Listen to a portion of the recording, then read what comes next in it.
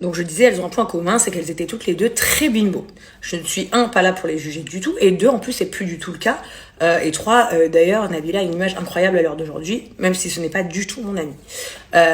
Mais en tout cas, elles avaient cette image-là. De bimbo, chirurgie esthétique, botox, grosses lèvres, grosses fesses, gros tétés, jupe courte, grands talons, etc. Ok ? C'était leur image avant. Suite à ça, ça a déclenché un phénomène de mode où c'était un peu les stars de télé-réalité et des réseaux sociaux, et toutes les filles voulaient faire de la télé-réalité, et toutes les filles voulaient ressembler à Nabila, et du coup toutes les filles pratiquaient de la chirurgie, faisaient du botox et postulaient pour des télé-réalités, d'accord ?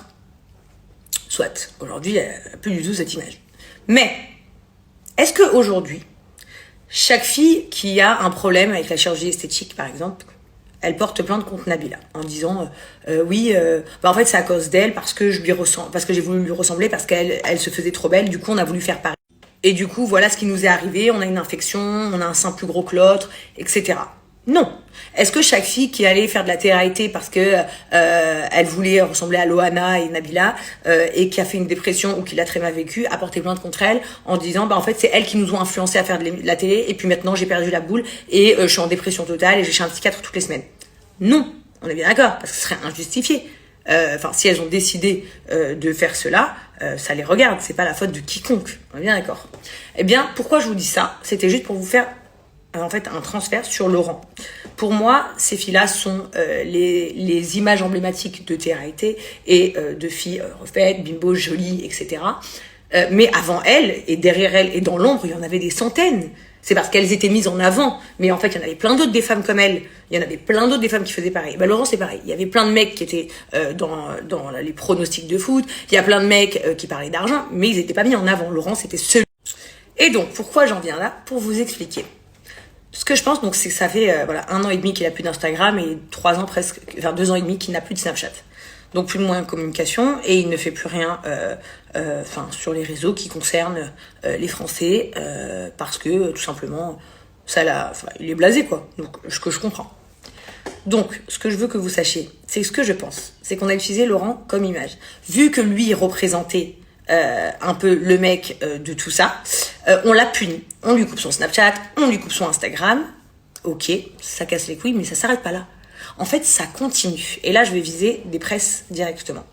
L'autre jour, je reçois un article dans un magazine où il apparaît plusieurs personnes, donc je me souviens plus très bien, mais je crois qu'il y avait Dylan Thierry, il y avait Laurent, il y avait Fidji, il y avait plusieurs gens d'influenceurs.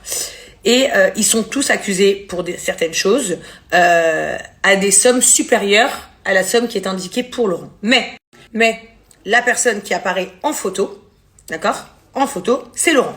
Alors que ça parle de 40 000 personnes différentes, que l'article de Laurent est peut-être plus petit que les autres, qu'il n'y a absolument aucun détail, mais on met Laurent en photo. Pourquoi? Parce que c'est un peu l'image emblématique, malheureusement ou heureusement, j'en sais rien, du mec qui a fait de l'oseille en France. Maintenant, je vais vous arrêter encore une fois et je vais vous le redire.